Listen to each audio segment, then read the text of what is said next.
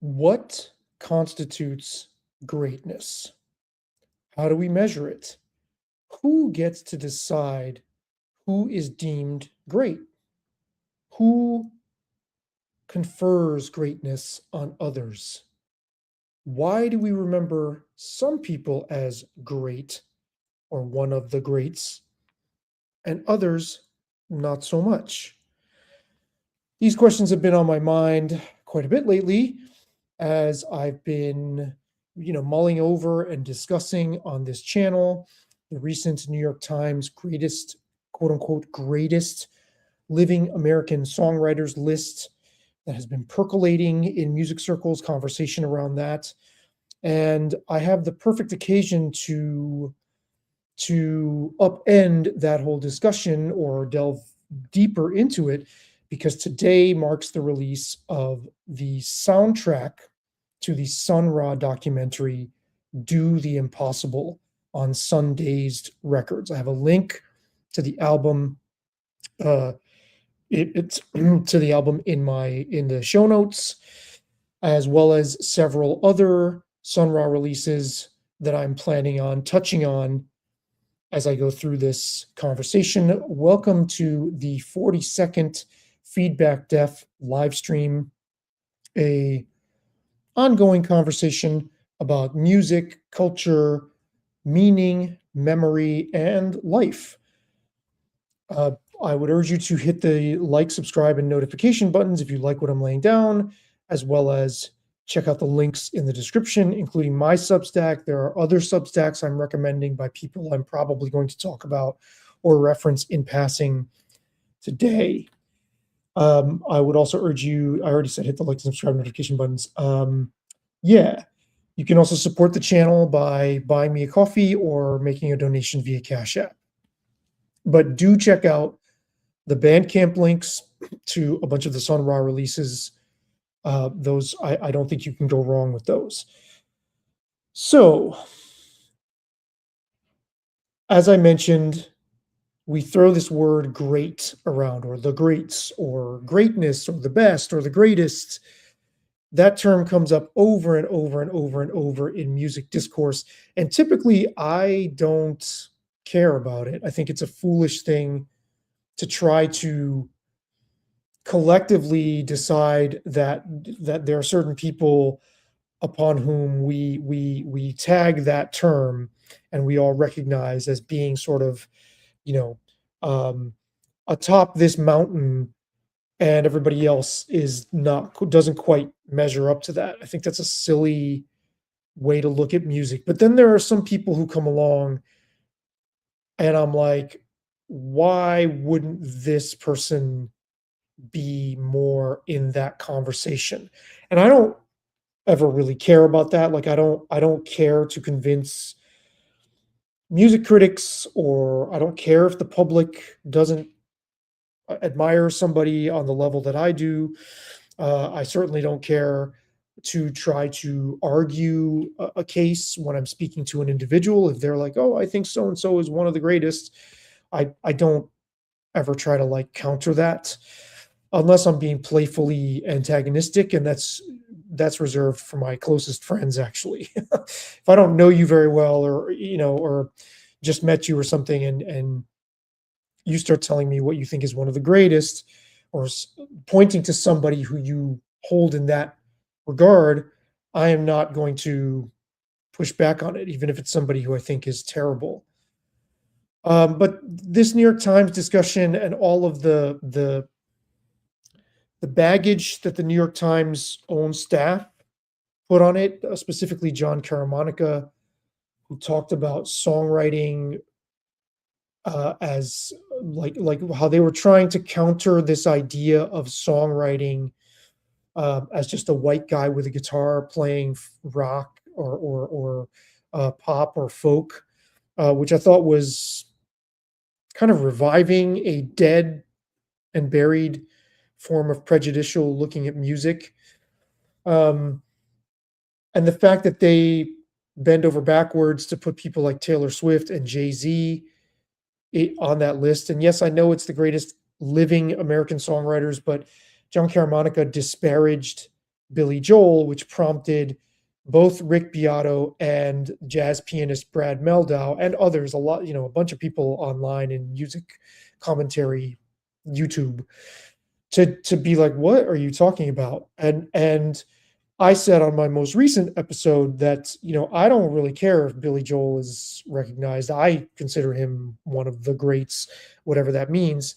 Um, but I don't care if the New York Times recognizes him. What I do care about is the casual dismissal, and using Billy Joel and also the people that they did include as these kind of Trojan horse, instruments to make this broader sociopolitical point that I think the New York Times is completely behind history on. I talked in a recent episode about the poptimism versus rockist framing of music, and how by the time that term was introduced by a New York Times contributor named Kelefa Sana, the whole distinction between um, legitimate forms like rock, quote unquote, and non-legitimate, quote unquote, forms like hip hop and electronic music had already, among the listening public, was already way in the rear view. And so I feel like they went out of their way to revive this division in music, to then further stoke division in the name of being inclusive. And the fact that Kelefa Sane wrote his piece in 2004, and we're all the way in 2026, and John Caramanica is echoing some of those same sentiments, I find troubling. But what I love about that whole conversation is that I can imagine a figure like Sun Ra completely scoffing and looking down on anybody who would even dare to think they were including him. In other words, I feel like his stature and his capabilities as a composer would have nullified the question of whether he was even included. He would have probably not laughed, but shrugged it off. Like, who are you to decide you can include me or not? Now, again, Sun Ra wasn't even brought up by the New York Times staff. They gave themselves an easy out by saying these are the greatest living American songwriters, because I think they would have had a real challenge had they removed that aspect of it and just included anybody who's lived. And they had run into the issue of jazz, because jazz, while once a populist form, became a highbrow property in a way. It sort of became claimed by highbrowness. And I don't think it's easy to just ascribe that to white elitism, whether you're coming at this however, whether you're coming from whatever political angle you're coming at the New York Times from, whether you're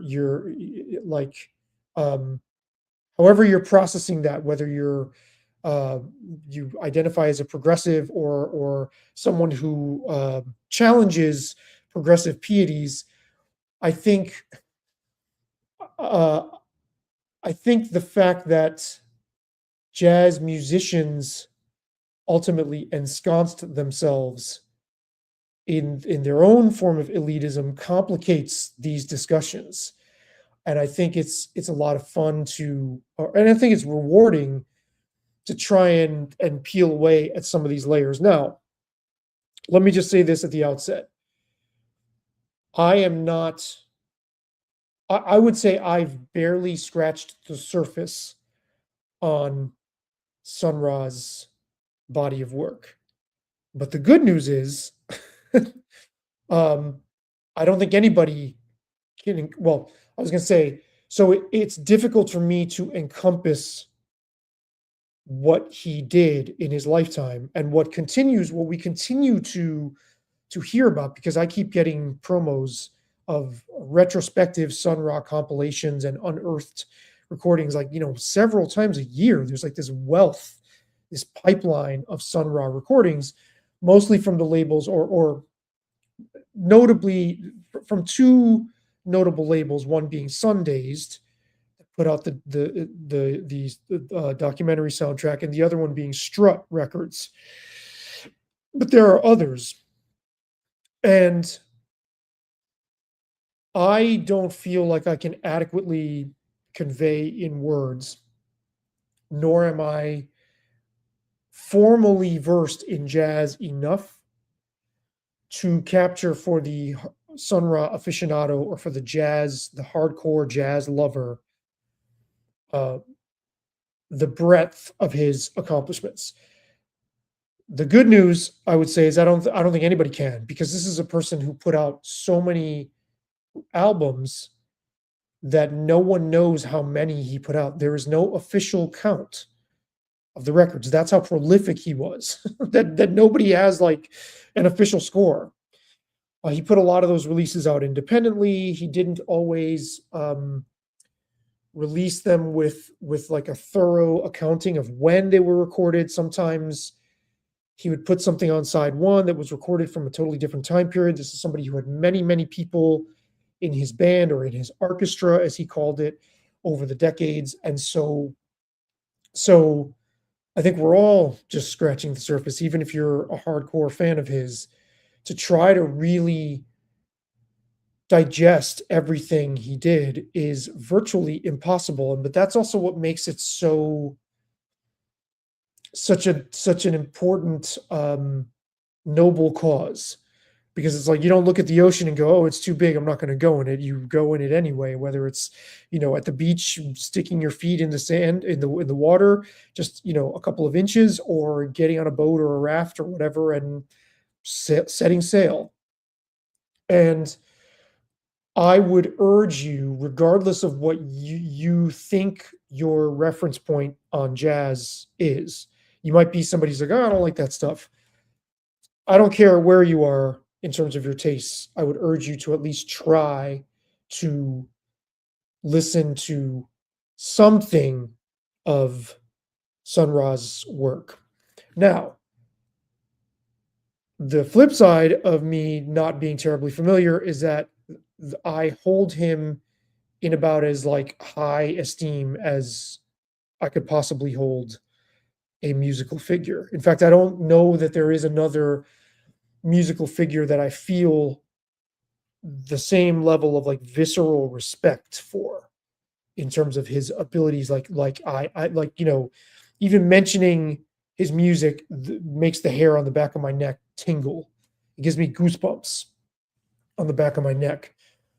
And I first heard Sun Ra because Yo La Tengo, the indie trio from New Jersey, they did a cover of the song Nuclear War.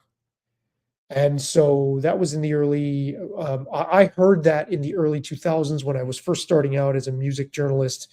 And I then went to my local library here in Rochester, New York, and started taking CDs out. And I think, I'm not positive, but I think the one that I took out was Jazz in Silhouette. It may have been another one, but I was expecting out there experimental avant-garde jazz, and what I got instead was this beautiful, very straight ahead sounding, to my ear at the time, orchestral big band jazz that to me, existed like in the same universe as like Duke Ellington or Count Basie and figures like that.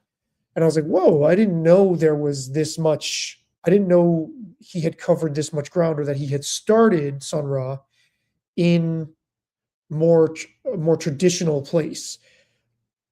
It's interesting because Sun Ra is a household name. I had heard of him. I would have been able to point out who he was in pictures.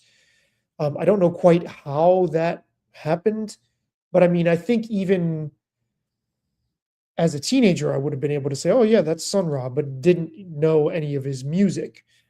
That's probably because his presentation was so unique. I mean, the way he dressed and the way he spoke, which I'll get into that. And the documentary, which is called Do the Impossible, certainly gets into that. I reviewed that documentary. It's directed by Christine Turner. It aired on PBS in February. I reviewed it for Pop Matters, and like I said, the soundtrack is out today. But I was really struck by Sun Ra's origins in a more traditional vocabulary, and all of the ground he had covered from that point onwards. Now, Sun Ra died in 1993, so by the time I was getting to him, it was a decade after his death, and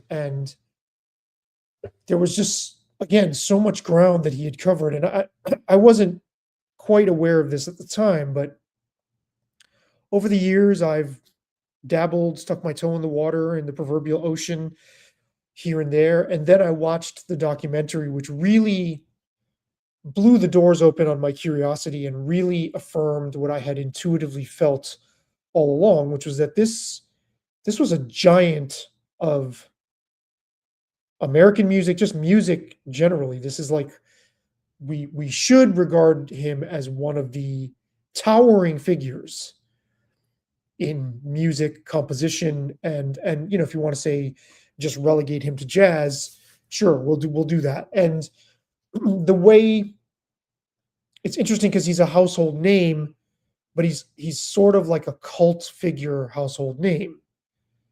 And I'm not necessarily basing this in anything concrete other than to say, like, if you watched Ken Burns's famous jazz PBS documentary series Jazz,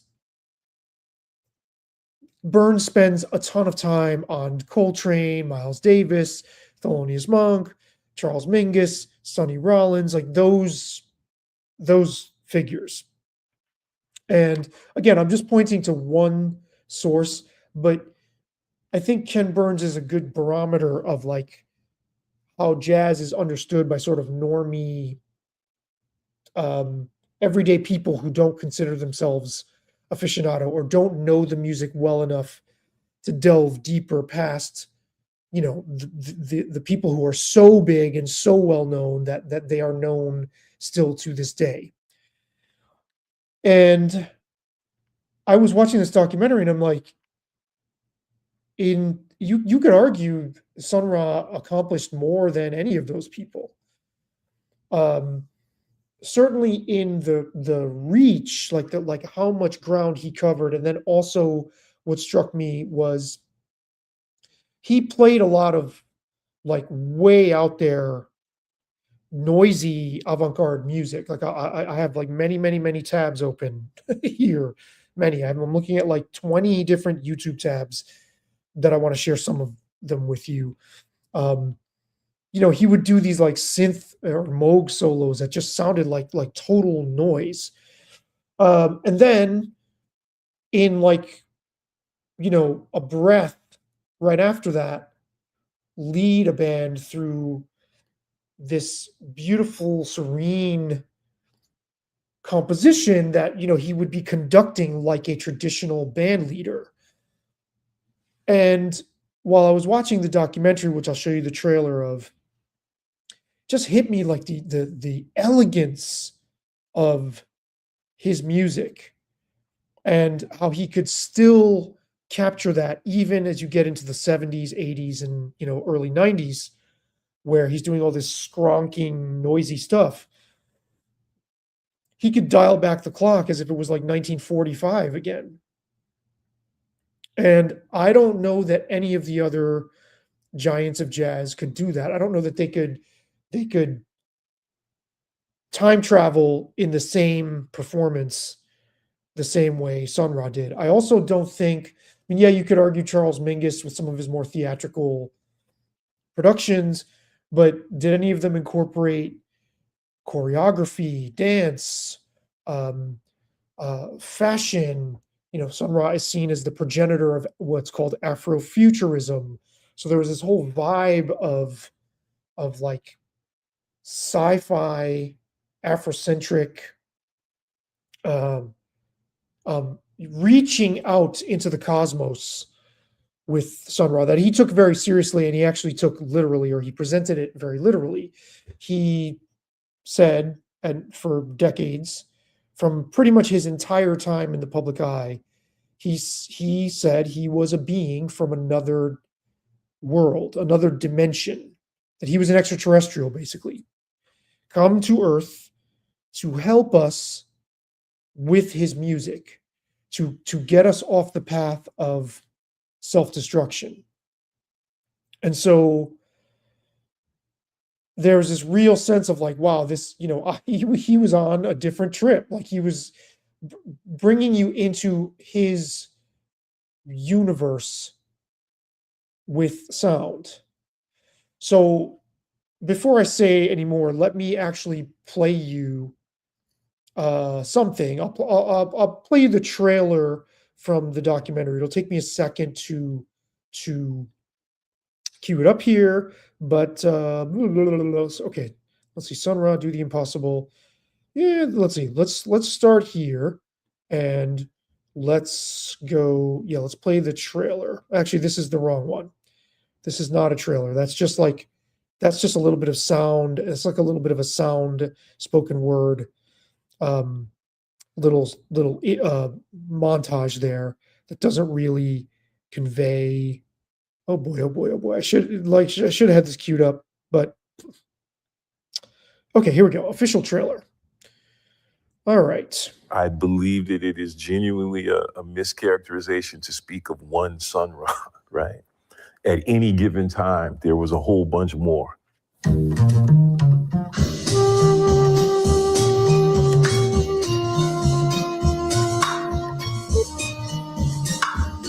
Sun Ra, the virtuoso, teacher, band leader, the poet, the cosmologist, historian, the Egyptologist, community leader, the patriarch, the mother, and that's just scratching the surface.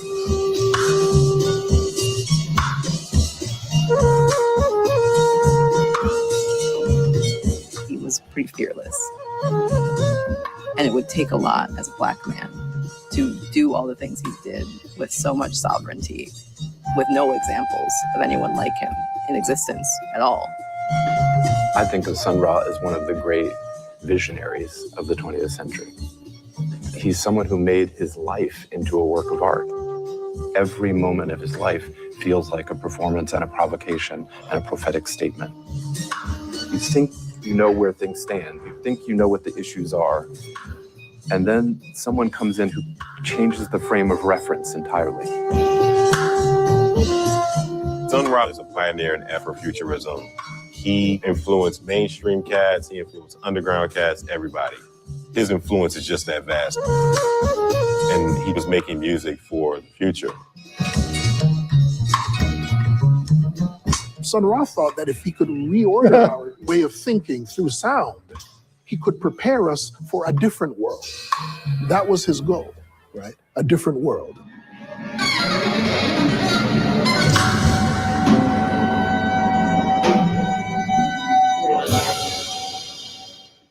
All right, so that gives you a taste. And in fact, I don't think that trailer gives a good enough taste of how exquisite a work of filmmaking that documentary is.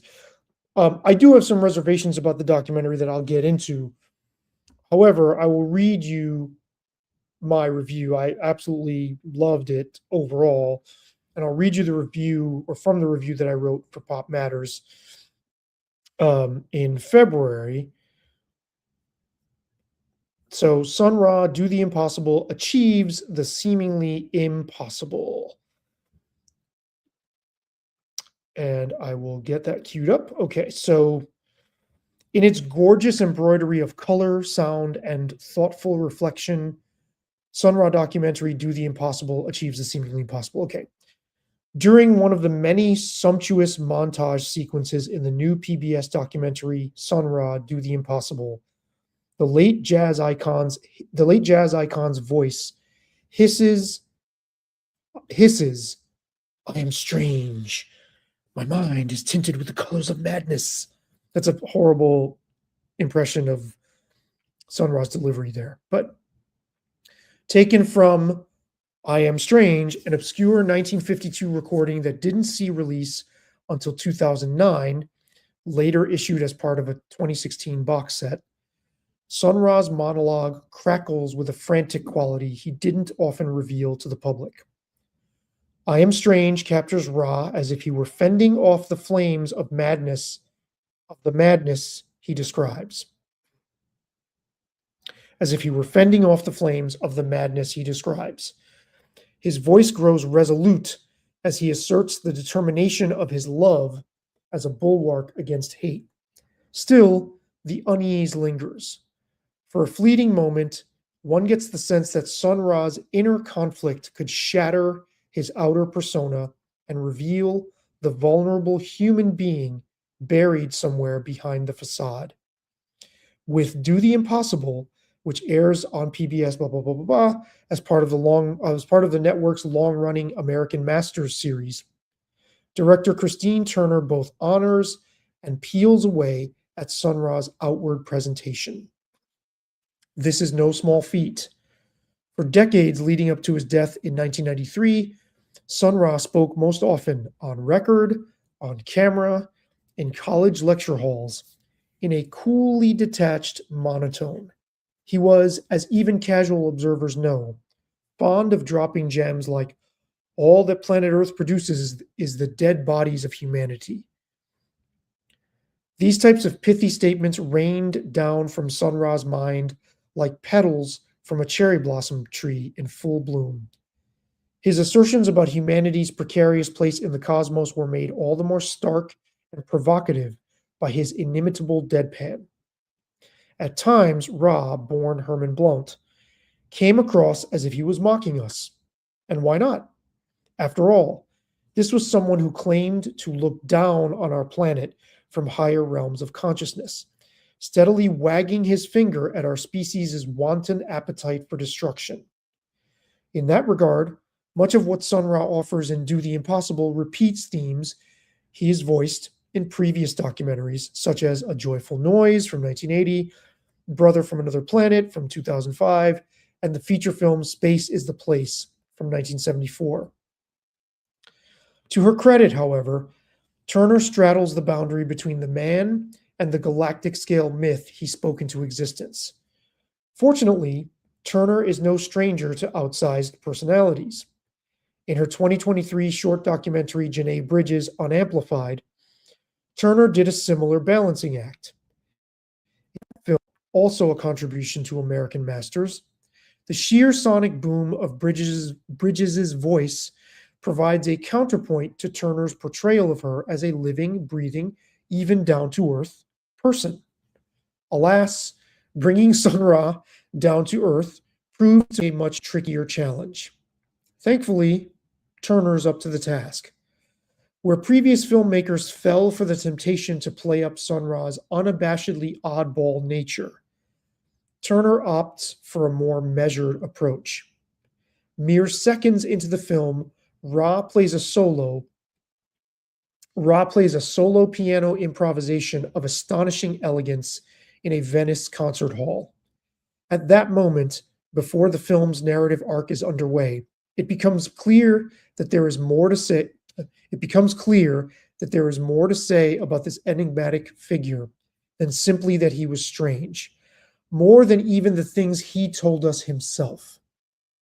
For a good example of Sun Ra's finesse and compositional sense on piano, Sun-Dazed Music's 2025 released archival recording, Uncharted Passages, New York Piano Soliloquies 1977 to 79, is a great place to start. I have that album linked in the show notes right now. I will play you, in fact, a snippet of Sun Ra's solo piano work just so you get an idea of what I'm talking about.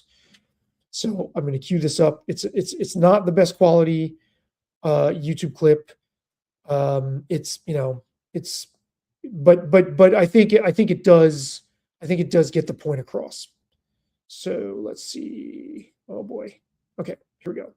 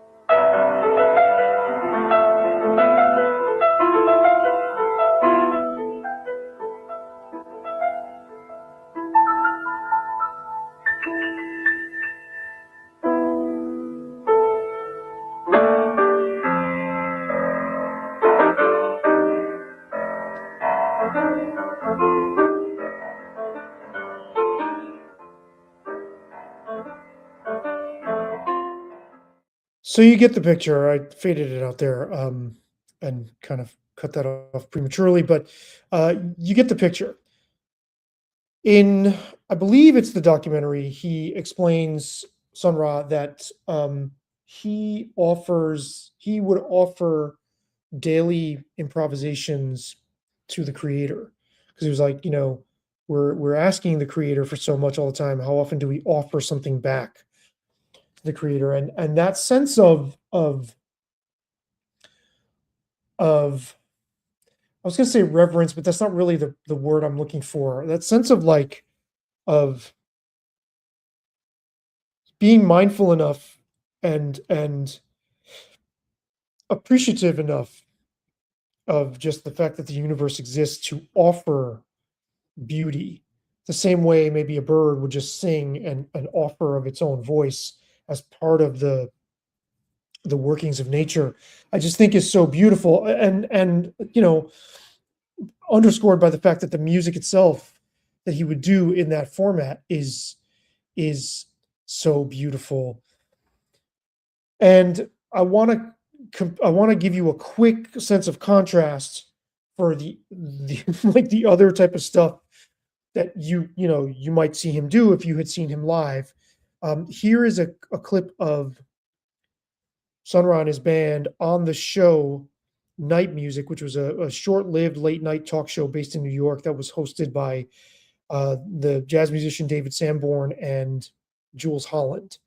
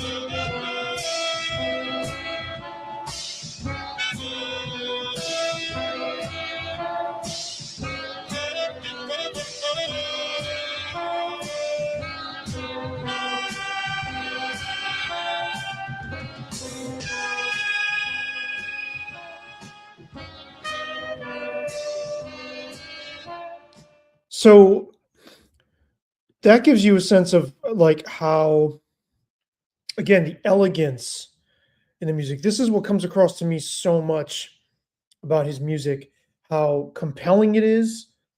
Like there's something that immediately, for me, just almost anytime I hear anything by him, regardless of the various different styles or guises it comes in, it feels very compelling. And then a lot of the time, I just get this overwhelming sense of how elegant and beautifully um, crafted it is, and composed and constructed, and even there, you get that weird sounding buzzing keyboard synthesizer, and then you get this sort of this marching kind of cadence, um, that harkens back to North Africa, like this kind of feel. Or again, I mentioned Charles Mingus earlier. If you listen to the Black Saint and Sinner Lady, you'll hear that kind of cadence, and there's this very subtle application of these harmonies with the horns that feel like they waver in and out of dissonance in this way, almost like sand blowing, across this line of like being harmonious and then dissonant and then back again. And it's absolutely stunning in my view that he can do this. And I was watching the documentary and I was like, man, this was a true bona fide genius. Like, to quote a friend of mine was once telling me about Picasso, and he said, there's genius and then there's this. In other words, Sun Ra was on a level of genius. And the fact that he produced so much music, like more is not always more, right? You compare all of Sun Ra's compositions to Thelonious Monk's compositions, like the number of compositions that each of them wrote. And just because someone produces less work doesn't mean there's less value in that work. But in this case, I just think the level of artistry that he sustained across those compositions, with that much output is truly staggering. And I feel like he went down in history as like somebody who musicians really admire and like serious jazz aficionados admire, and that the public knew because of how he dressed, and because of like he was like a left of center. Like I think he became a pop culture icon for the things that make people pop culture icons, not necessarily for the depth of his work. And then he became a musician and a jazz lover's icon because of that work. And so it's easy to conflate the two and be like, oh yeah, we all know who that is. That's Sun Ra. I saw a Reddit post, is Sun Ra underrated? And then a bunch of people answered back on the jazz Reddit page, what are you talking about? He's not underrated. He's about as respected as they come. And I don't know if we have properly stopped to recognize just the level of genius that this guy, wrought in the world. And I'll play you a clip of Christine Turner talking about why she made the film and how she got the idea, because she, like me, wasn't very familiar. She wasn't very familiar with his work before she started making. She initially didn't start out like knowing that much of his work, but then was quickly drawn into it once she started digging. feel to be here at Tribeca? Incredible. This is, I have had 3 short films here going all the way back to 2005, but this is my first feature documentary screening at the festival. Considering I put the finishing touches on the film last week, I'm thrilled that we're here and excited to see it on the big screen with everyone else, and just grateful to Tribeca and everyone who came out tonight. What kind of impact do you want the film to have? I mean, I hope it serves as an introduction for those people who aren't familiar with Sun Ra, and also offers maybe another side of him for those who are familiar with his music. Mostly, I found myself, Sun Ra's endlessly fascinating, and I was continually inspired while making the film and researching the film. So I hope that people also can take away his message of bettering the world and thinking radically and imagining radically, and bring that back with them. And what brought you to the project particularly? I had the good fortune that the project was brought to me. I've been drawn to stories of artists and creatives of all kinds, and I knew a little bit about Sun Ra. I'd seen his film Space the Place, but I wasn't actually all that familiar with his music, but knew sort of the contours and the outlines of his biography, and was just immediately drawn to the project. Fascinating person, prolific, recorded thousands of compositions, volumes of poetry and broadsheets, and said he was called to deliver this message of peace here on Earth. And truly a remarkable person. What do you want the film to do? Okay, so by the way, the music in the film, which is now on the soundtrack is a 2 CD, I think, it's a 2 CD, 2 record, 2 LP, double CD. There are 37 tracks. The digital version is not out yet. That is not until June, but you can actually get the physical, the CD or the record, and it is really an impressively selected, curated cross section of music. And that must have been no easy task to try to find different songs, to cover this huge musical terrain. And I thought they did a really, really fabulous job. And so I would again urge you to watch the film, and then urge you to check out the soundtrack. If you watch the film and you like it, there's no way you won't be curious, I think, about the soundtrack. But the thing is, Christine Turner did such a great job with the still photograph. That was actually my favorite thing about the film, is her use of stills. Well, that does not come across in the trailer, by the way. The color, this constant, it's almost like watching a bunch of paintings in a row, like fine art paintings, like the way she and her team arranged those photos with the video imagery was absolutely breathtaking, I thought. And so you're not going to get that from listening to the music just on its own. But I feel like if you watch it and then you develop that association, then you'll hear those tunes and you'll remember this feeling of being just having your senses bathed visually. I thought she did a really, really, really fabulous job of that.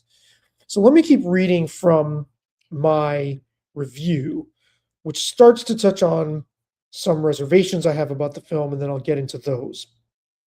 Okay, so it is in this space, in its striving to imagine Sun Ra as a life more than just a towering heap of accomplishments. In its striving to imagine Sun Ra as a life more than just a towering heap of accomplishments and grandiose statements about being on a mission to enlighten humankind, that Do the Impossible flourishes.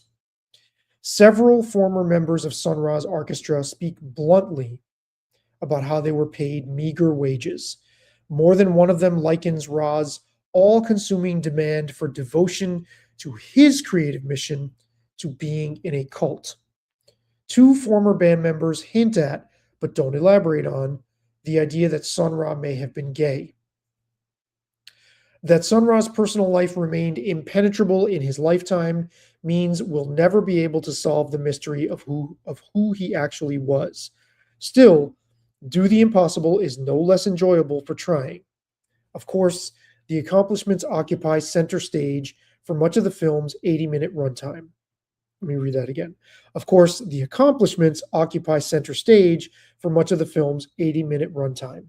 Turner and her cast of interview subjects rightfully laud Sun Ra for his contributions not only to jazz, but to 20th century composition more broadly.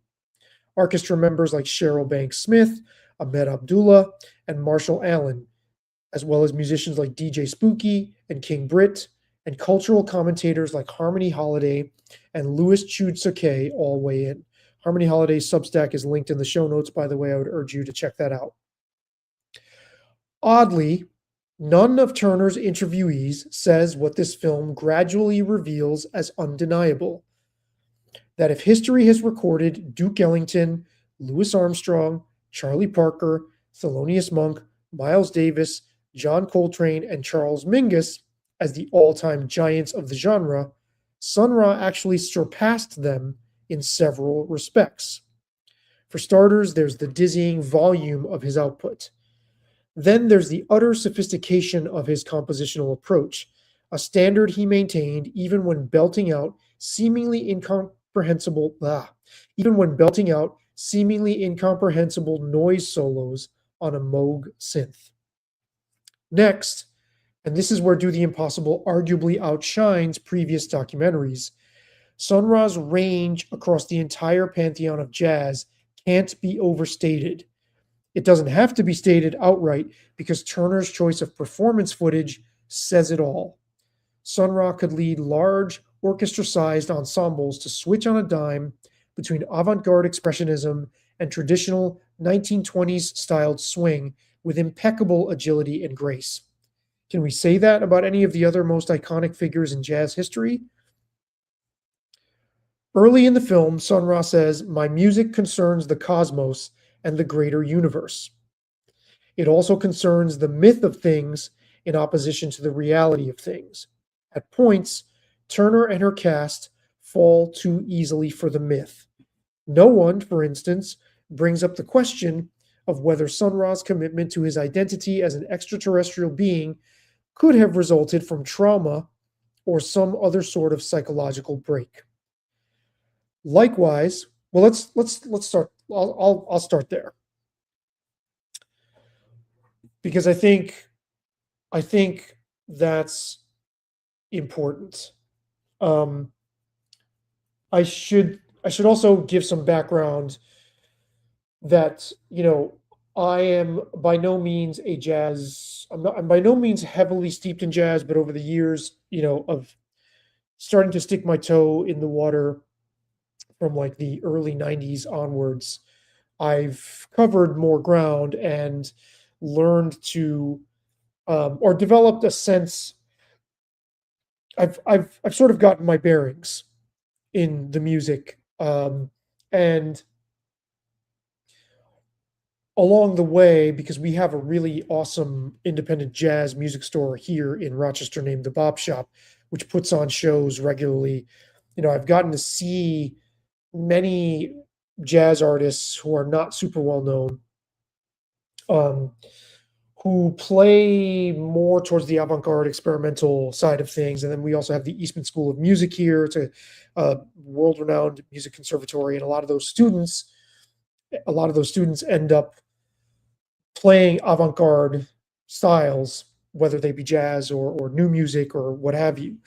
And so there's a pretty fertile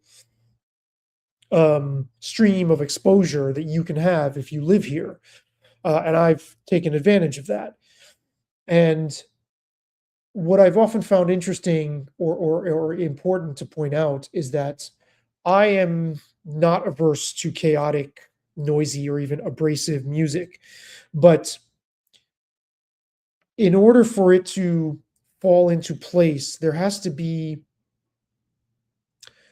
an underlying intuitive grasp of beauty to begin with in order to shatter that beauty. And jazz musicians, especially someone on the stature of Sun Ra, they are very, very, very formally schooled in music.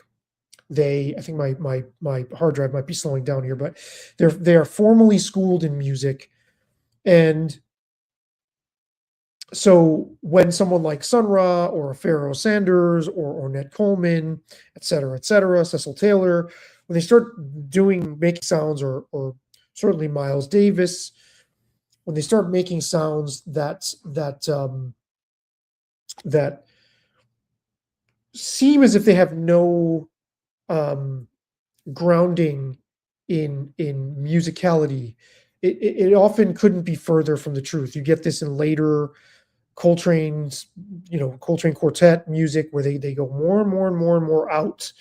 They start really stretching the definition of what tunefulness can be, and they even go beyond that to places that do not feel inherently tuneful. And I've always felt that in order to do that in a way that isn't just random stabbings of sound, or outbursts of noise and chaos, you have to have some underpinning of composition or form in order to throw the form out the window. Because you're not just throwing mud at the wall, or you are throwing mud at the wall, but you're so accustomed to shaping that mud that even blindfolded throwing mud at the wall, you end up intuitively landing on things with a semblance of form, even in their formlessness. It's a lot like people responded very much to William Burroughs, because he would do cut-ups. He would like write, and then he would cut it up and then rearrange the words. And there was this sense that like, oh, that's extravagantly strange, and that's, wow, isn't that making such a strong impression because it's daring to do that? The fact of the matter is, William Burroughs was an extremely skilled writer. If you read more of his prose that leans straight, you'll see just how tuneful in a way, or elegant, his prose was.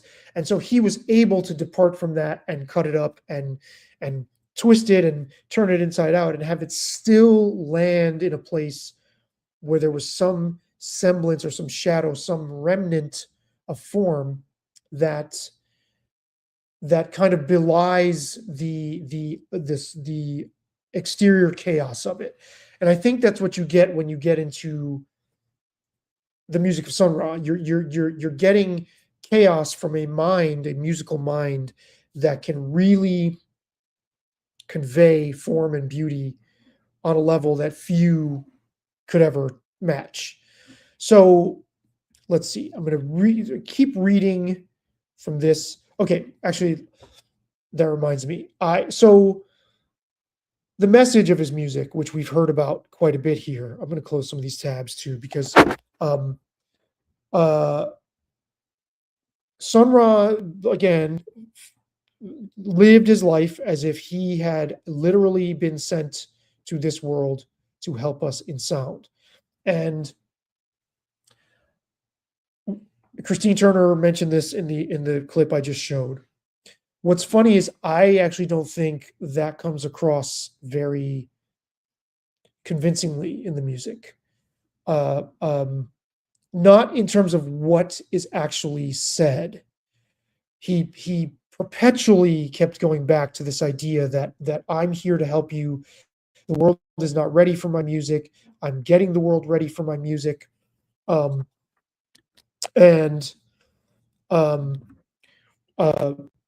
It's almost like human beings have to evolve to the point where they can receive what I'm putting in sound. These extravagant ideas about how important his music and how effective it could be in salvaging humanity, basically. Let's see. Hopefully we're not. Okay. And what's funny is I don't think his music actually achieved that. If you ask me, because I've known musicians who have that same sense of evangelism about what they're doing. They don't even have to necessarily dress it up in with that much of a noble sense of purpose. They just feel like because they're driven to do it, it must be in its own way divine. They must have a divine right to leave a footprint on the world, and they have a missionary's, a crusader's sense of blind passion that this must come to pass. And so I don't really see Sun Ra as all that different from any other musician in that regard. He certainly thought about cosmology and metaphysics and the inner workings of the universe and myths and the origins of African Americans, and all of this stuff. He wrote about these things voluminously. He did lecture at UC Berkeley in 1971. They had a course on his lectures where you could go attend his lectures, which I believe have all been preserved in audio form for posterity. You can check those out online. I know I've listened. I know there's at least one of those lectures that is up. And that's where this gets into a little bit of a blurry line, because some of his bandmates are like, yeah, it was like being in a cult. He didn't want us to have, romantic relationships with anyone. And I've seen that happen. I've watched band leaders who view other musicians as an extension of their mission. Not like they're in an equal partnership at all. They're very paternalistic cult leader types. And that's a pretty dangerous and, to me, off-putting vibe to convey in your music. And Marshall Allen, who is now 102 years old and still leads the Sun Ra Orchestra, and he's still active. He put out a record recently. He's been playing gigs. He says in the film, he talks about Sun Ra like someone, to me, he sounds like someone who's in a religious cult. And I don't find that welcoming. I certainly could not see myself in that kind of musical relationship with this father figure type. It's what turns me off a lot about Frank Zappa's work as well. But here's the thing. For everything that Sun Ra demanded of his players, I feel like the art backs it up. It justifies it. I feel like there's so much there that I'm happy somebody took that leap, or that many people took that leap with him. They do interview somebody who's like, yeah, this is too much for me. I'm not wearing these clothes, and I'm out of here, kind of a thing, which I thought was cool that they showed that perspective in the documentary. But it is curious to see that play out. It's you've got this whole idea that you're a being from another world, but there are other band leaders who do this all the time, who feel so possessed of this sense that it's an imperative that they carry out their musical mission, that people just sort of fall in line to serve them. And I'm glad the film confronted this directly and, didn't shy away from it. It's like a strange way to live. He had this compound, not a compound, he had this apartment set up first in New York, and then they moved to Philadelphia, if I'm not mistaken. He was based in Philly for a long time after leaving New York. And, they say he would come knock on the door at all times of the day and night. It could be 3 a.m, and he'd expect you to drop everything and just be fully devoted to his music. And again, that makes me uncomfortable. I could never submit to that, and or I just have such an aversion to existing in that way. And I also don't think I would demand it from anybody else. I like being in bands. I like mutual collaboration. I love bands as organisms, living, breathing organisms that draw from everybody more or less equally. But again, I can't argue with the music, and this is the one case where I'm like, no, this music did call for that. I can see why he felt so convinced that he was justified in doing this. Now, again, did his music make the world? Did it expand our minds and do everything he claimed? My answer is yes and no. I think he was a very, in terms of the subject matter and the point, I think it was very like monotone, strangely, as much variety as there was musically underneath it. I think my music is here to help you. My music is here to help you. I'm from another world. He kept saying these things over and over and over, re-expressing them. It got very single-minded. It gets very single-minded very quickly. On the other hand, when I listen to June Tyson, who is a long time, who was a long time, like she was sort of his like co-lead vocalist, or she was a backup singer, but she ended up kind of being his sort of like his foil, his creative foil on stage, and she also designed some of the costumes, and her voice is a signature in many of the tunes of his that are well known, and even some that aren't. But when she sings or says, "It's the end of the world. Don't you know it yet? It's already the end of the world. Don't you know it yet?" That that it's after the end of the world is what she says. Don't you know it yet? Which you can hear on a new-ish box set called Nuit de la Fondation Meurthe.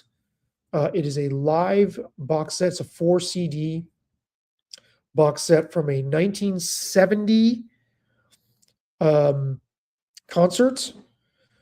You can see it here, the Bandcamp. I listed this box set in the show notes. I highly, highly, highly recommend this box set. It's on Strut Records. It's like, it really covers a lot of the ground that I'm talking about, and that others, people in the documentary say this as well.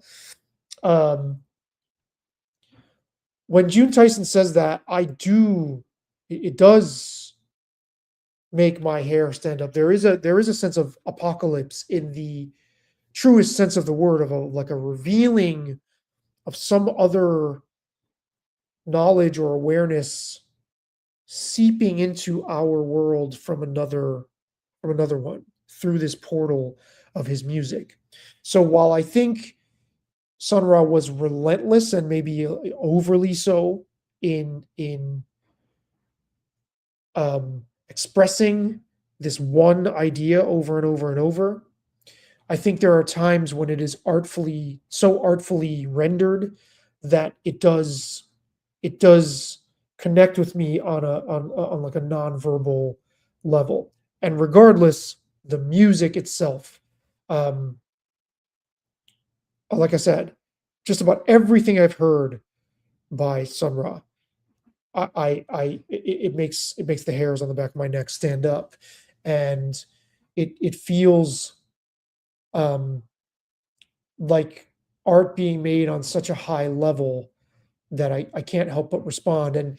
And I mentioned earlier in the week, I mentioned Brad Meldau's response to John Caramanica and Rick Beato as well. They said that, these are people that don't know anything about music. They don't know chord structure. They don't know, they don't have the right terminology for it. And I counter that to some degree, like where they're coming from, because I don't think you ever need formal knowledge to just receive the sensation of music. And in fact, jazz, for all of the musical training and sophistication that it requires to play, was pop music. People would dance to it in dance halls. And I don't think any of those kids were like going into it going, hey, I need to be steeped in like, what scales are and what chords are. And I'm not knocking that stuff. I love jazz, and you don't get jazz without that grounding of musical knowledge and musical technique. But I heard the heterodox thinker and New York Times columnist John McWhorter, who's a linguist actually, but he speaks a lot about race from a somewhat contrarian perspective. I heard him say once that, well, you need to be educated in how to listen to jazz. And I'm like, no, you don't.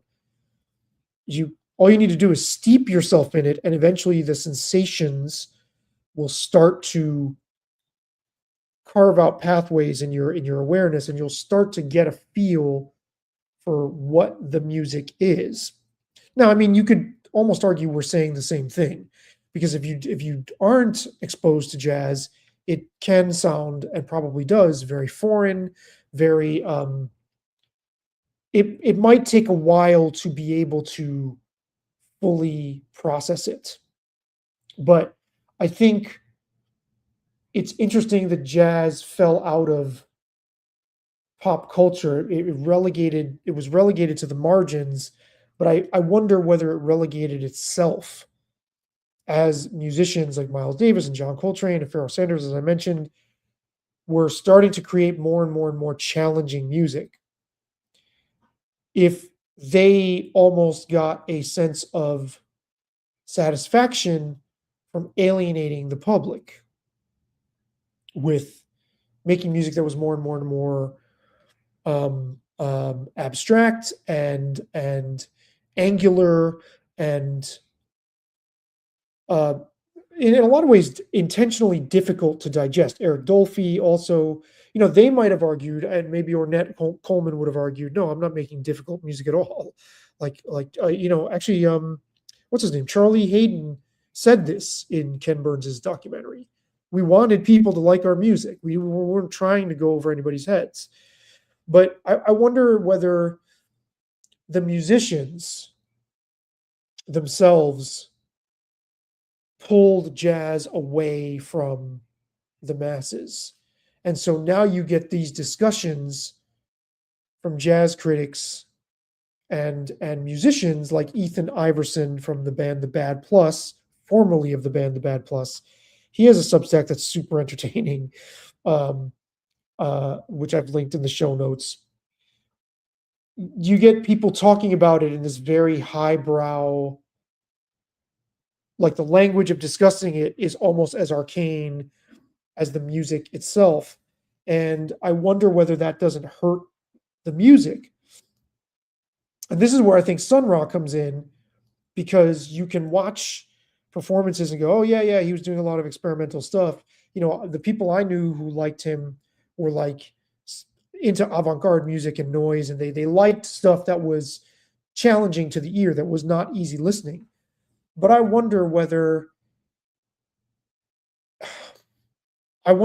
his work doesn't help restore that rift between jazz and like the everyday listening public, because you can find stuff in his catalog that is just as accessible as like Take the A Train by Duke Ellington. In fact, I have a video of them doing a rendition of that tune. I believe it's in the 80s, but they like warp it and turn it into a more bebop / pushing towards the avant-garde kind of piece. And they take liberties with it, which I thought was interesting. But if it wasn't for how Sun Ra dressed, it's a strange thing because it's like who he was as a persona, as a myth, was enough to put him on the map in terms of pop culture. But I think his music was more, his music itself maybe wasn't as, it wasn't, it could have found a place, I think, with the general public, is what I'm saying. Like, what I'm getting at is I think he should have been more of a household name based on the music itself, and not just this cult figure doing avant-garde music only, because I don't think he ever stayed just in one place long enough to just consign him to the avant-garde. There were things that he was playing, late in life, that you would see at a concert that were arrestingly beautiful, like the solo piano stuff I played at the beginning. And it's an odd thing because he has sort of become the province of the aficionado. Could he have been considered a pop culture figure? I know he already is one, but could his music have etched a place in that pantheon as well? Yeah, Space is the Place is well known. I think I don't know, if you approached out of every 10 people on the street, maybe 3 or 4 of them have heard of it. Yeah, I know that movie, but there's something else there. And, there's times where in the film, like, they show him on a roof with like these sort of metal wire kind of headdress on, and it can look a little hokey at times to my eye. But then there are times in the film where he doesn't look hokey at all. He cuts a very imposing, imperious kind of figure. But to me, regardless of that, the music never, ever, ever feels hokey at all. And sometimes I think maybe he did himself a little bit of a disservice by living in that realm of like the character. Now, again, it seems like he really believed that this is who he was. The same friend of mine who talked about, there's genius and then there's this, who I mentioned earlier, he said he had an uncle who had some kind of trauma and for the rest of his life walked around saying he was an alien. And he's like, that sounds to me like trauma. And in the film, Louis Chutsuke narrates this account of Sun Ra said that when he was a child, he was pulled up into a spaceship and shown, other realms of the galaxy. It's like, that sounds like it could have been trauma. But and there are times when the way it landed, like I'll show you this news report. There's one in the film too where this like public access, this poor like public access TV host she's like asking questions and she's kind of making fun of them, and the segment is used kind of at her expense to show that she doesn't really get it, and here she is speaking to this incredible artist, but she's kind of yucking it up and asking him questions about being an extraterrestrial in this way that's really patronizing.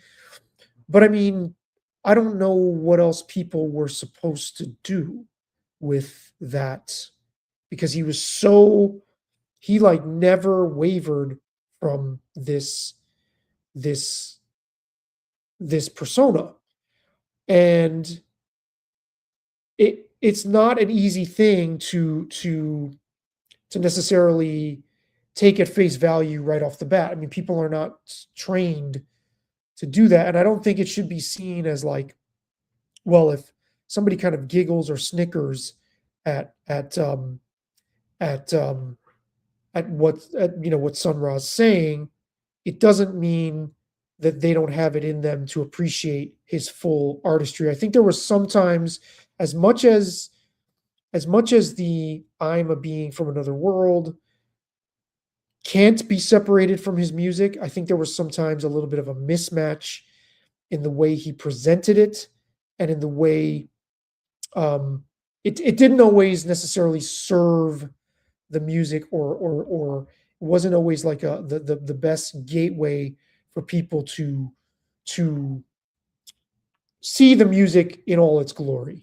So I'm going to play you this one clip from a New York news station or news network in 1983, where they talk about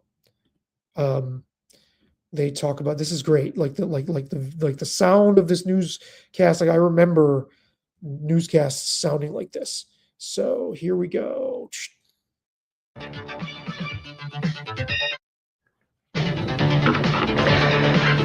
Music fans who know the name Sun Ra will be glad to know he's back in town this week starring at Sweet Basil's, or Basil's, and as Lloyd Kramer reports, he's packing them in.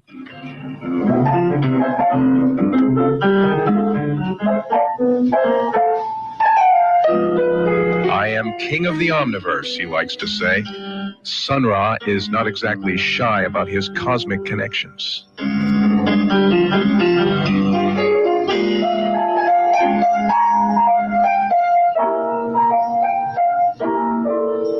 First of all, how did you get the name Sun Ra? Well, the creator gave it to me. He said that was the only name that would be able to help this planet. That one only. And that's on your birth certificate, Sun Ra? I don't have a birth certificate. Some kind of way, it just disappeared. See, and like you wonder there, is he kind of pulling the guy's leg a little bit? Is he kind of winking and laughing? I don't know. When I listen to him talk, I feel like was he what we would now refer to as being on the autism spectrum, which you see in like prolific geniuses who can output work on this like supremely high level. I mean, it's worth considering because I mean, he's so like, sometimes I think he's about to like wink or laugh a little bit, and he never really does. There's another there's a scene, I believe this is from Space is the Place? I can't remember which of the movies this is from, but I love this. I love this scene where this is a scripted, this isn't an actual this is not an actual thing that took place. This was scripted. This was acted out by Sun Ra and the other people in this scene. But I love this interaction where it's made to look like Sun Ra is in this like high school or this like youth center, and the kids are like, "What the fuck?" They're kind of like, "What are you doing?" And they're making fun of him and stuff. And he answers them. Yeah, here we go. So I have this queued up. And I always laugh when I see this, but you can see he deadpans his way through it. Here we go. Of outer space. Why are your shoes so big? Wait, let me back this up. Are those moon shoes? He's like, I am Sun Ra. Of the council. Here. It is. I am Sun Ra, ambassador from the intergalactic regions of the Council of Outer Space. Why are your shoes so big? Are those moon shoes? How do we know you for real? Yeah, how we know you ain't somebody off Telegraph Street, some old hippie or something? Where are you? I mean, we don't know that. She for real? He might have something going for him. Yeah, we showed up. What kind of shoes is that you got on your feet? Yeah, walking around all these funny clothes. Shoot, I know I probably take off running. I see somebody walking down the street coming, talking all that mess to me, talking about going to outer space. I mean, yeah, what it is. That's what it is. What it is. We don't know what you are. How do you know I'm real? Yeah. I'm not real. I'm just like you. You don't exist in this society. If you did, your people wouldn't be seeking equal rights. You're not real. If you were, you'd have some status among the nations of the world. So we're both myths. I do not come to you as a reality. I come to you as the myth, because that's what Black people are, myths. I came from a dream that the Black man dreamed long ago. I'm actually a present sent to you by your ancestors. I'm gonna be here till I pick out certain one of you to take back with me. What if we won't come? You gonna make us come? Then I'm gonna have to do you like they did you in Africa. Chain you up, take you with me. Are there any whiteys up there? They're walking there today. Right. They take frequent trips to the moon. I notice none of you have been invited. How do you think you're gonna exist? The year 2000 is right around the corner. What's that crystal thing in your hand? All right, so that's obviously staged. It's meant to look like they're making fun of him, and then he convinces them, and then he's like, "I'm not real, neither are you," and they're like, "Oh shit," you know. But I love the way that scene flows, and I don't know how much he had to do with the writing of that or like the tone, because that especially that one part where like they're making fun of him and he's just standing there like taking it kind of. I don't know whether he wasn't also playing that a little bit for laughs, or if he was like 100% serious. Now I get his point, and I love his point. And this is the thing I think the film, for me, underscored why, if we mishandle the race conversation and harp on grievance and go full on in being hyper vigilant and searching for a racial narrative under every rock we can find it, and insinuating a racial narrative, just like John Carmanica did with the greatest American songwriters list. We run the risk of desensitizing people and diluting the importance of the race issue to the point where when you get to a subject like Sun Ra, where it is called for to talk about race, if you do it in a way that's hokey, in line with progressive rhetoric, you end up undermining it accidentally. The film almost commits, trips up on itself in that way. For one, some of the critics, I actually have the clip here where one of them describes the music industry as a plantation and says that, people, the public responded very well to like Miles Davis, but they couldn't go as far as Sun Ra. And the implication there is that, the public wasn't ready for somebody who was this black. It isn't explicitly stated. It's like, that's not, I don't think that's fair. Because where they went with Miles Davis, they went pretty out with Miles Davis with On the Corner and Bitches Brew. Bitches Brew sold very well because it appealed to like rock people, fusion, bands who were also into like Santana and stuff like that, and Woodstock, and would see Miles Davis play with the Grateful Dead. I don't think it was a racial. I don't think race was at play in Sun Ra not being more established. I think the fact that he went independent and put his own music out and didn't really play the marketing game maybe is what undercut his potential to reach more people. I don't know that he could have even I don't know that somebody that prolific could have worked with a record label very well. I don't know how they could have contained all of his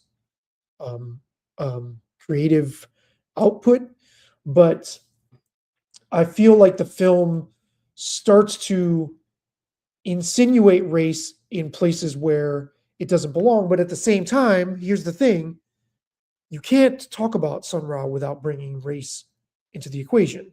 This is someone born in Birmingham, Alabama, who says in the movie, in Birmingham, Black people were nothing. And so for him to, however he got there, not only rise above racism and stare back at the menace and the machinery of American discrimination, but to say, I'm not only above that, I'm above your whole fucking planet. I'm above everything you've called civilization. I'm above your species. I'm looking down on you as an organism, not just as a white person. It's like, whoa, like that took balls. And I don't know if there has been anyone who has like in terms of all of the things that have been said by the great leaders, great African American leaders, Frederick Douglass, who's from here, the city I live in, Malcolm X, Muhammad Ali, et cetera, et cetera, et cetera, et cetera. Is there anything like more brave than Sun Ra positioning himself above the planet? Like that, like as much as they portrayed him in that documentary with his participation as kids kind of laughing at him and being silly, with the costume and everything. And they're like, what kind of shoes are those, right? Just to say that, even if he did have some sort of psychological break or some strange form of decompensation from reality, I think that maybe is not it's not emphasized enough just how significant that is. And the film they do talk about that, but it's like, wow, for somebody to rise that far above and say, racism is so trivial to me, your prejudices are so meaningless to me where I'm coming from, I'm in another plane of existence to your petty primitive is, I think, the word he used, not in the film, but if I'm not mistaken, he used the word primitive to describe humankind. And said that we were like marooned, in space and we needed help. I've watched other interviews where he doesn't say that in the movie, but I've watched other interviews where he said that. So you needed something more advanced to come along. You're basically savages, all of you.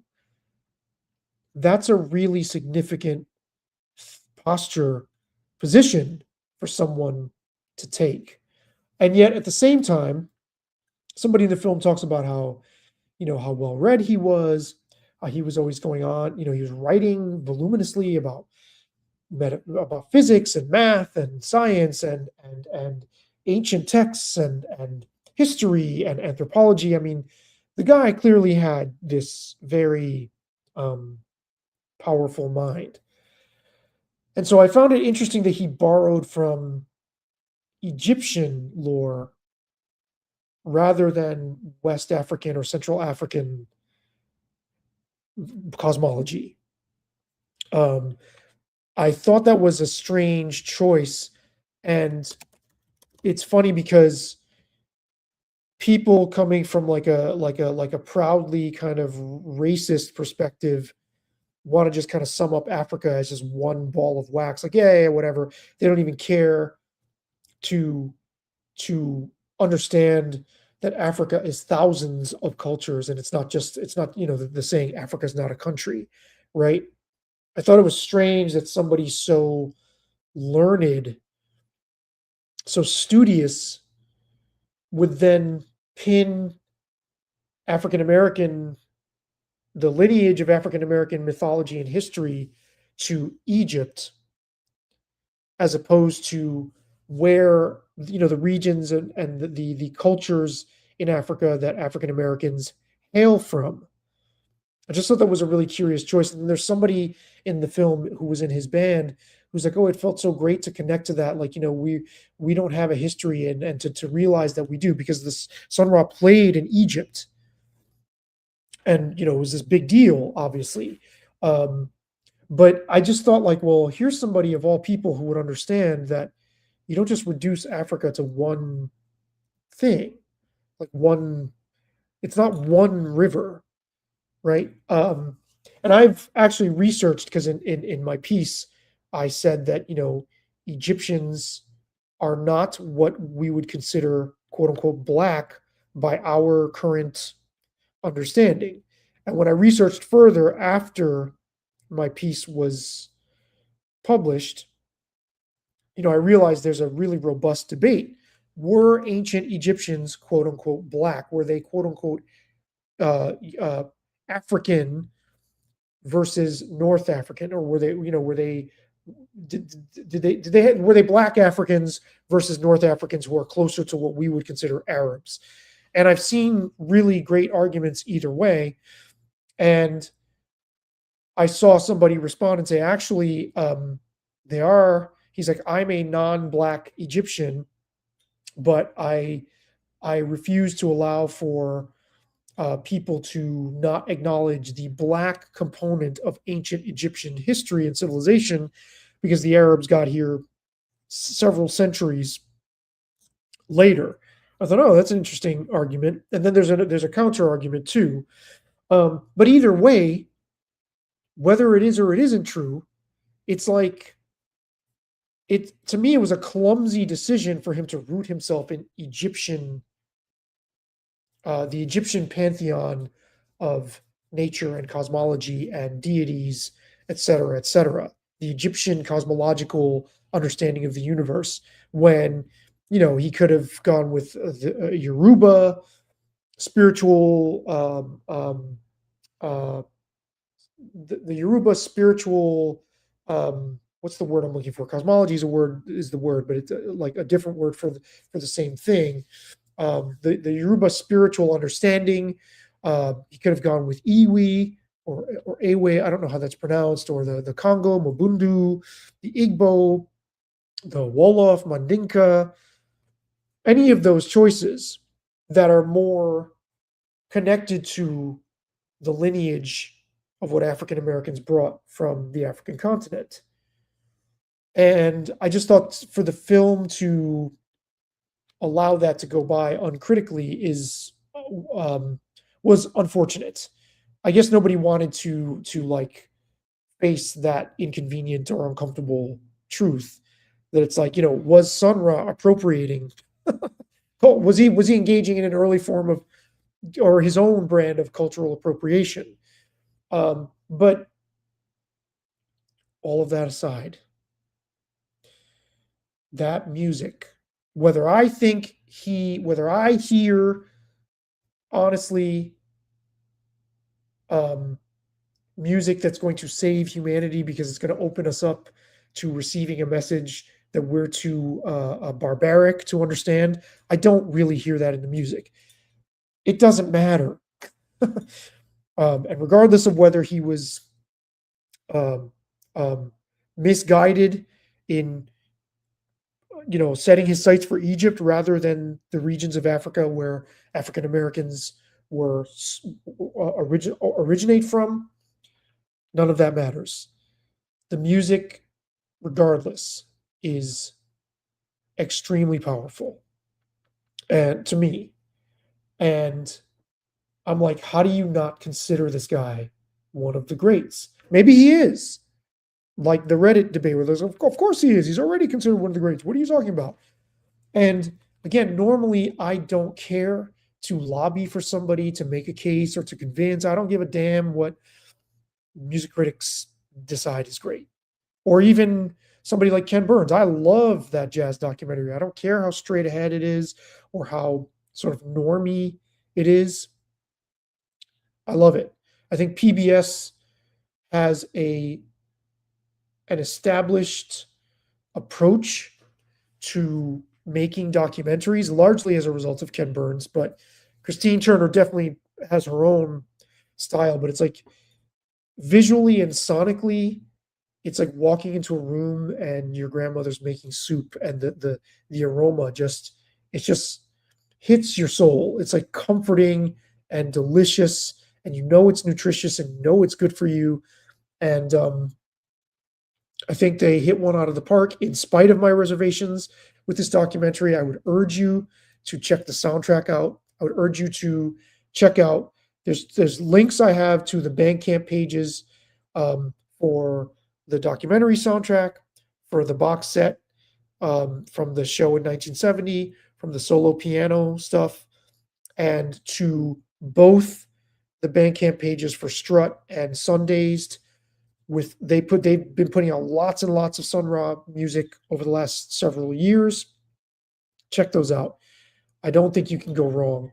I think I just think you need to start somewhere.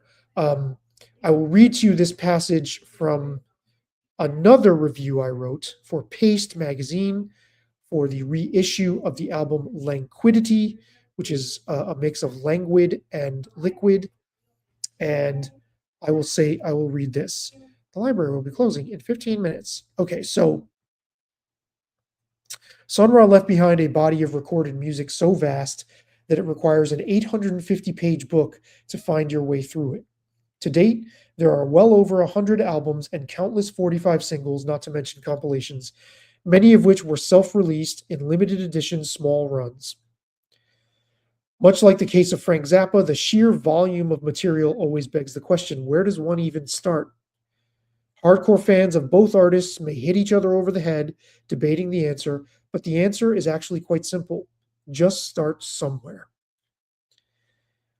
And, if you're going to start somewhere, I would suggest starting with the solo piano improvisations. Start with the stuff that is more straight down the middle and traditional. Start with jazz and silhouette, for example. If you have the neural pathways to like process,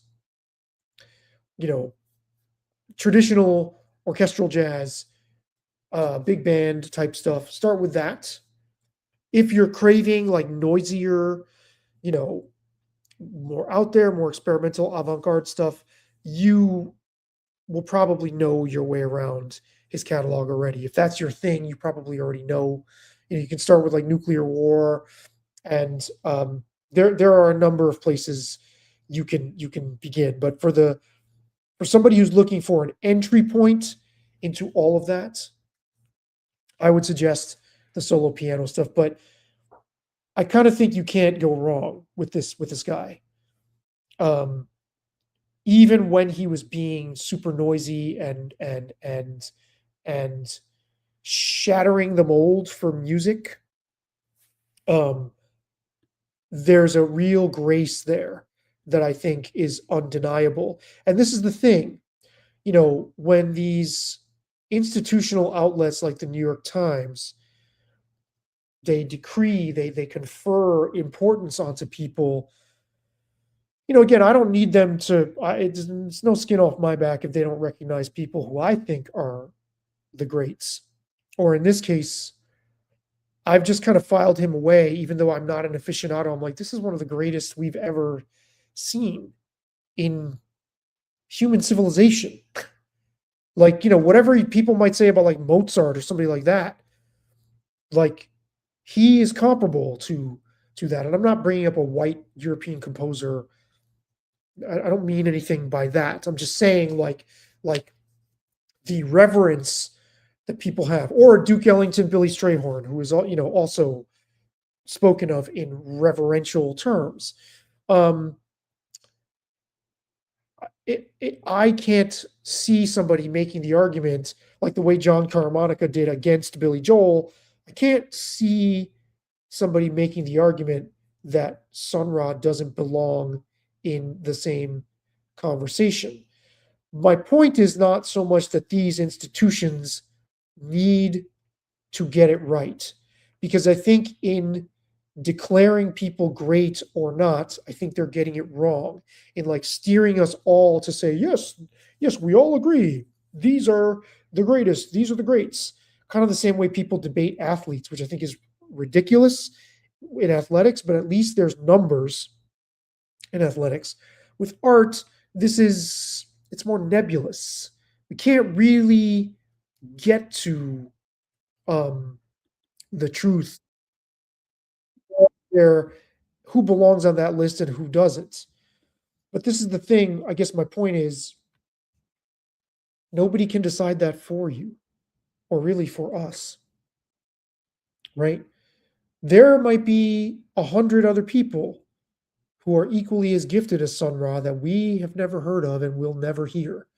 Or there might be somebody who you know who's making music in their basement that you would think, wow, this is oozing with greatness. How did I not know? It's because that's the way the cookie crumbles sometimes. And so when the establishment, the critical establishment, decides to slap that label on some people, they're going to get it wrong sometimes, at least for your own personal view, right? Somebody else might not put Sun Ra in up there on the same stratum as I do. They might not. I went to high school. I'm still friends with Fitz Gittler, the son of Ira Gittler, the iconic jazz critic who coined the term sheets of sound. He told me that was a bold, hot take. He wasn't like, slagging it. He's saying, "Oh, that's a bold take," saying that, Sun Ra, maybe surpassed those other ones. You might not put him up there. The point is, if you rely on the establishment and then you rely on the collective to sort of steer you towards the greats, they're not going to line up with yours. So you've got to keep an open mind as to as you have to leave spaces in your own mental, what I like to call, ancient temple, where you put the people that you think are the greatest ever and leave room for your own selections in there. Sun Ra happens to be in mine. I don't understand why he wouldn't be more in that conversation that's out there, but I'm not going to lose sleep over it either. I'm glad Christine Turner made this documentary. I'm glad it aired on, in the American Masters series. I think that's a very fitting title for what Sun Ra is, or was, and still is, for what his work still is. But there's no point in quibbling about it. All I would recommend is that you have your own temple of greats. Let whoever belongs there in your view be there. And if you haven't explored Sun Ra, leave a seat at that table for him. I would highly recommend. You might just be surprised, and if nothing else, it'll be worth it to explore one of the richest, most vast, oceanically deep bodies of work modern history has ever produced. So those are my thoughts. I'm curious to hear from you. Let me know what you think in the comments. How much Sun Ra have you checked out? What do you think? What do you think of the documentary? What do you think of the soundtrack? What is your favorite Sun Ra? How did you discover Sun Ra? How much of the catalog have you gotten your way through? Who are the greats in your personal pantheon? Who doesn't get enough credit as far as you're concerned? Who do you evangelize, proselytize, and shout from the rooftops about to try to convince people that they belong up there? Let me know in the comments. Otherwise, for Feedback Def, I am Sabby Reyes Kulkarni, the apostate music journalist. Thanks for hanging with me. Please do check out other content on the channel, the Substacks, the links in the descriptions. Check out those records. Hit the like, subscribe, notification, and hype buttons, etc., etc. But thank you. Other than that, over and out.